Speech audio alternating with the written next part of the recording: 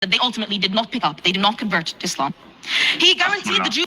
Donc Mohammed, il a invité les chrétiens de Najran dans sa mosquée, il les a invités à prier, il a débattu avec eux, mais ils ne sont pas convertis à l'islam. Of Medina, the protection of their religion and their descent. Il a garanti aux Juifs de Médine la protection de leur religion et de leur héritage. Enfin, pas très longtemps, jusqu'à qu'il leur coupe la tête. The book I believe to be the word of God says in plain Arabic, there is no compulsion in religion. For you. Et le livre que je crois, la parole d'Allah, dit en arabique très clair, il n'y a aucune contrainte en religion. Ça, pareil, elle joue sur les mots, elle donne pas le contexte.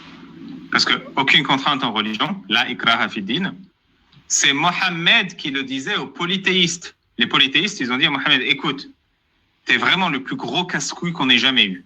Mais on te propose, alors que t'es tout seul, Mohammed il était tout seul, hein, 1 an sur 2, on prie nos idoles.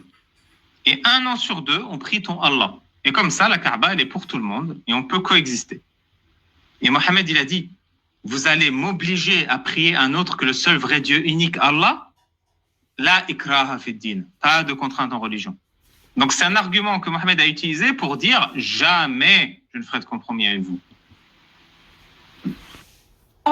Oui, et aussi, et je rajoute juste un truc qui est très intéressant, c'est que il y a un autre verset qui dit celui qui veut croire qu'il croit et celui qui veut ne pas croire qu'il ne croit pas.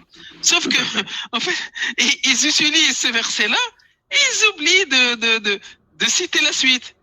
C'est quoi la suite?